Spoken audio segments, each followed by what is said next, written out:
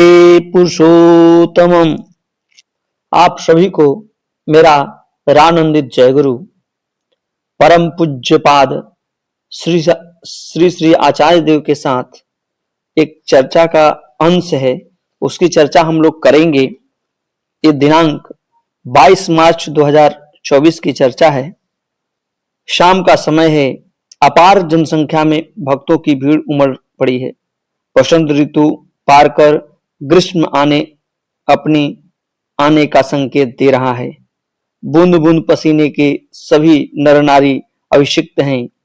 उसी के बीच उसी को आनंद प्रदान करते हुए उन सभी के प्रिय पुरुष अपने आसन पर उपविष्ट होकर सभी लोगों को उनके नाना तरीके के समस्याओं का समाधान दे रहे हैं।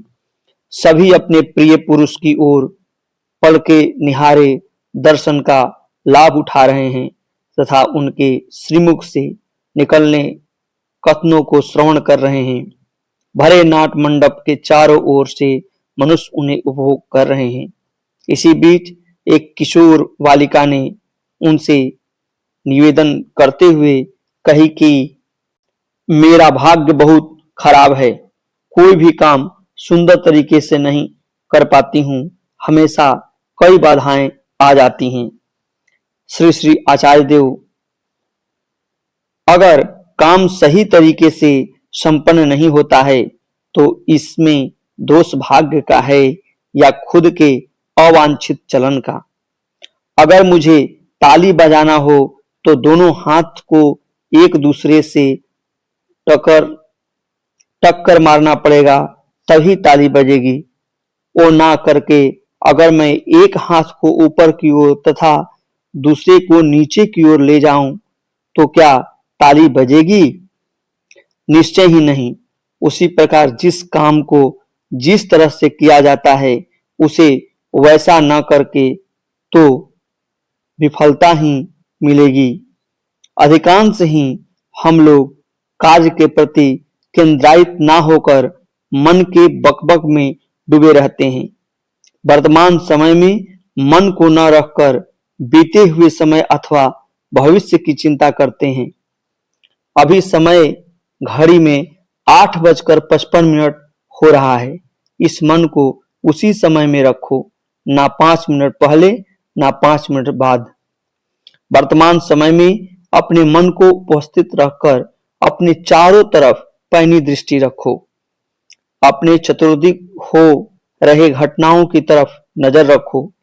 जितना ही तुम वर्तमान समय में खुद को रखोगी उतना ही तुम ठाकुर जी के साथ रहोगी।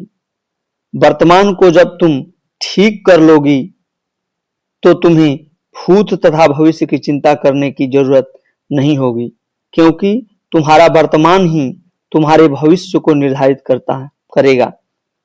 और रही बाधाओं की बात तो उसे आने दो। यही बाधाएं जीवन को और भी सुंदर बनाती हैं। जैसे जब हम सब्जी बनाते हैं तब सब्जी तथा आग के बीच कड़ाही बाधा बनकर रहती है। इससे सब्जी स्वादिष्ट बनती है। अगर कड़ाही बाधा बनकर ना रहे तो सब्जी आग पर गिर जाएगी। उसी प्रकार जीवन में बाधाएं हमें और भी मजबूत बनाती हैं। मन में कहना, ठाकुर जी आप मेरे साथ रहिए, आपके रहने पर मैं समस्त बाधाओं को अतिक्रम कर सकती हूँ।